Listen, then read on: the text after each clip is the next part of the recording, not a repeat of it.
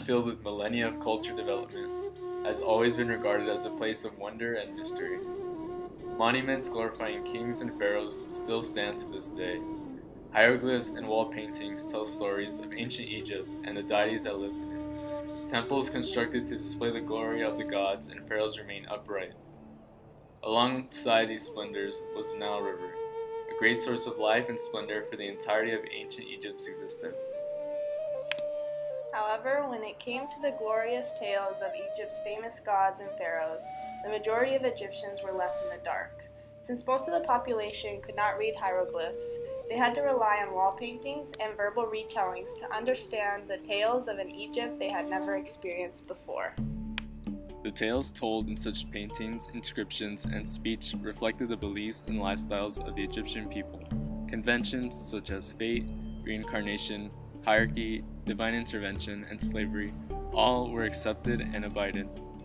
However, the ideals that were centralized the most in these tales dealt with divinity, class roles, and success. An example that employs these ideals is the millennia-old tale of Rhodopis, as recorded by the Greek historian Strabo in the 1st century BC. This tale begins with Rhodopis, a Greek girl being captured and sold into slavery in Egypt, where she is bought by a slave owner.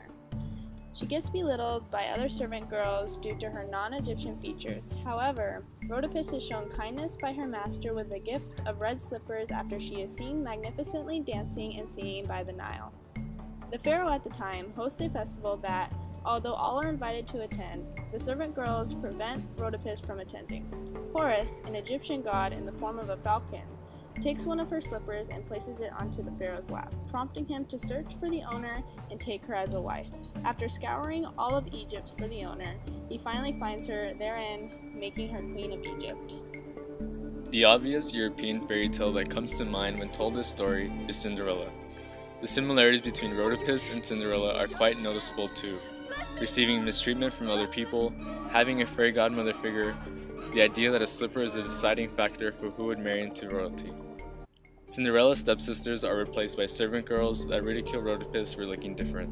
In Rhodopis, the fairy godmother role is taken up by Horus, who helps her escape slavery by essentially setting up the marriage between her and the pharaoh and using the slipper to find the woman he will marry. At the time that this tale was made, the whole of Egypt was experiencing the Ptolemaic dynasty. This dynasty began around the 4th century BC, when one of Alexander the Great's generals, Ptolemy I Soter, claimed Egypt after Alexander's death. Because Egypt was under Greeks' control rather than Egyptians, slight changes in Egypt's culture occurred. Egypt was transformed into a center of trade for the Mediterranean when Ptolemy I and his descendants began to commercialize it. The idea of slavery, as seen in Rhodopis, was still a widely accepted value, and as communication between different kingdoms and empires grew, it is no surprise that Rhodopis was made Greek rather than Egyptian. Despite Ptolemy's changes to Egypt, the ancient deities were allowed to remain a part of Egypt's culture. In fact, temples such as the Temple of Edfu were constructed under the Ptolemaic dynasty, showing that ancient Egyptian traditions had not died out. Just like in Cinderella, animals were a crucial part of Rhodopis, but instead of there being mice and birds, there was crocodiles, hippos, monkeys, and falcons. Egyptians believed human relations with animals was essential in keeping balance in life. Many of the gods, who were highly respected, often represented animal-like features. Horus, for example, a powerful falcon god who takes the role of Rhodopis's fairy godmother.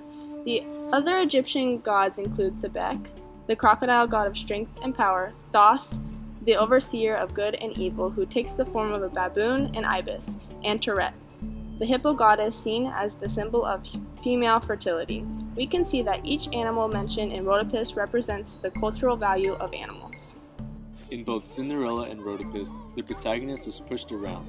However, one was a matter of sibling rivalry, while the other was based solely on appearance. Rhodopis was scrutinized because she didn't have black, silky hair, dark-colored eyes, and tan skin, all features that Egyptian women possessed.